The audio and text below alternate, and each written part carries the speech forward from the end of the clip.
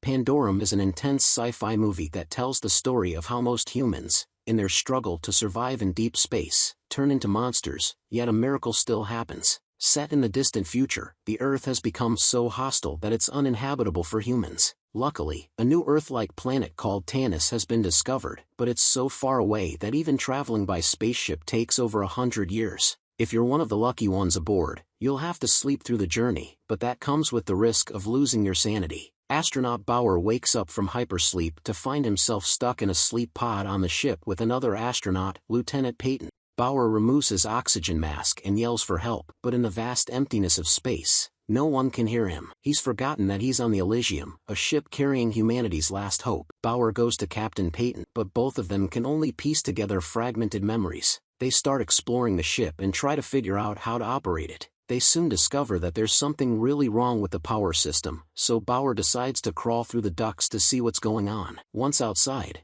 Peyton suddenly recalls their mission and the ship's purpose. The ship is carrying 60,000 people headed to a new planet, and they were supposed to be woken up periodically for their shifts. Now, they've been asleep for 8 years. Bauer also remembers that he's an engineer, so he knows how to restart the reactor and get the ship running again. But as he crawls through the ducts, he accidentally slips down a slope and ends up finding the dried-up corpse of a long-dead astronaut. While navigating the cramped space, he comes across an aggressive, short-haired woman named Nadia. She knocks him down with a single punch. She then threatens Bauer with a knife and demands he hand over everything he's got. They get into an intense fight, but when they hear the sound of a monster, Nadia vanishes into thin air. He switches on his flashlight and finds a hanging corpse. Before he can react, a group of monsters shows up and drags the body away. Bauer hides in the shadows and gets a good look at these creatures. They're like a twisted mix of human and animal. They're acting like wild beasts, but there's still a trace of human intelligence in their actions. Luckily, the monsters are too busy devouring the corpse to notice him. Bauer then finds another survivor, Shepard, hanging by a thread. Shepard is part of the 6th crew, but due to a system malfunction, he is woken up too early. He almost becomes Monster Chow, but he manages to douse himself in oil to cover his scent and stay safe. Bauer tries to save him, but Shepard turns out to be a real coward. When the monsters finally show up, he hides behind Bauer. In the end, he gets strung up again and ends up being torn apart by the monsters. Seeing this, Bauer runs for his life, but he gets caught in one of the monsters' traps.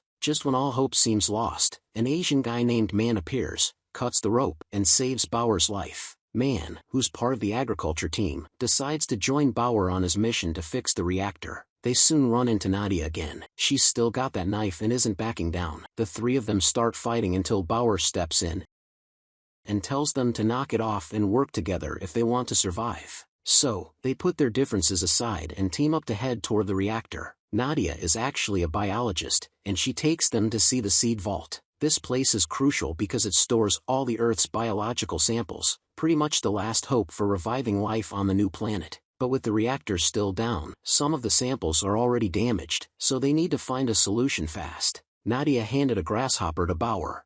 It's not exactly appetizing, but it's the best food they have left on the ship. Bauer manages to choke it down, but his face says it all. Next, they check out the hypersleep pods and find most of them empty. Bauer anxiously asks, "Where did everyone go?" It's a good bet that many have already ended up as monster food. And sure enough, not long after, when they fall into a pool that's filled with bones, hundreds, maybe thousands, of skeletons left behind by the monsters. Just as they manage to climb out of the pool, they're spotted by a monster lurking above, forcing them into a fierce fight to kill it. But the noise attracts the monster leader, and before they know it, a whole swarm of monsters is coming at them. Luckily for them, these monsters tend to feast on their dead first, giving the trio just enough time to escape. They quickly take cover inside a sealed oil tank. There, they meet a timid middle-aged man named Leland. He's somehow managed to survive numerous battles with the monsters. From what he tells them, in the murals on the walls, they discover that shortly after the Elysium ship launched, they received Earth's last message: the planet had been destroyed. That means the 60,000 people on board are the last of the human race. The 3 crew members on duty at that time couldn't believe it. They kept scanning for Earth, but it was gone. Consumed by despair, they slowly lost their minds and started killing each other, until only one man, who crowned himself king, was left to live out his days alone. The king wasn't content with his sick game, so he began waking up people still in hypersleep, locking them in the cargo hold. and leaving them to fight each other for survival. When he got bored, he'd go back to sleep, and during his rest, a new and terrifying world emerged, one where mutated monsters ruled. After telling this story, Leland suddenly attacks Bauer and the others, intending to kill them and eat their flesh. But Bauer manages to talk him out of it, convincing him that restarting the reactor is their only hope. If the reactor stays down, the ship will be doomed, and Leland will die too. Thinking it makes sense, Leland decides to spare them and even join their mission. As they keep searching for the reactor, they run into a mutant child. Man is ready to kill it, but Nadia stops him. She feels sorry for him because he's still just a kid. The mutant child quickly runs off. Bauer and the team finally make it to the reactor. Bauer takes the lead as they need to cross a walkway to reset it. Underneath the walkway, there is a pile of sleeping monsters. Bauer falls off the bridge, but Nadia catches him just in time, and Man works hard to keep the walkway steady. Even so, Bauer lands in the middle of the monsters and has to crawl carefully to avoid waking them. He rubs oil on himself to cover his scent. When Leland accidentally drops a flashlight into the monsters, they wake up. Man, being the strongest, distracts the monsters away and faces off against their leader. During the fight, Man gets bitten in the stomach but manages to kill it.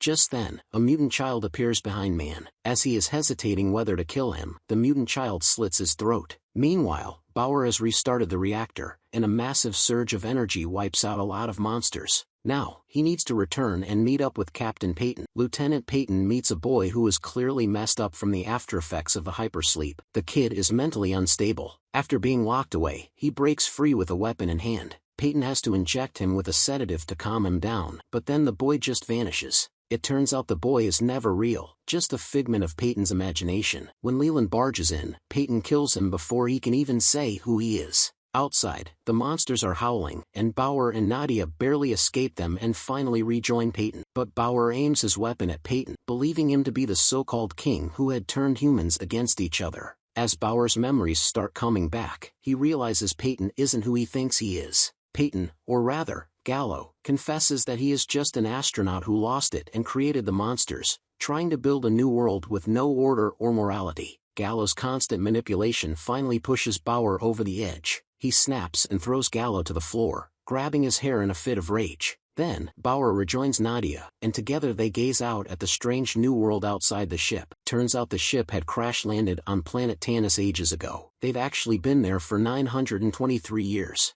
Seeing the alien creatures out there, Bauer can't believe what he is seeing. He tries to go after Gallo again but gets overpowered and pinned to the table. Nadia tries to help but Gallo grabs her knife, ready to finish her off. Right when things look bleak, a monster storms in. Bauer takes it out, but then the ceiling starts to split open and water begins flooding in. Bauer and Nadia barely escape while Gallo is left struggling in the flood. They lock themselves inside a hypersleep pod, with the monsters still outside. They eject it and reach the surface at last. As the hatch opens, they are saved. Soon, more and more hypersleep pods surface. These are the survivors. On this new planet, Tanis, 1,213 people are ready to start humanity's next chapter.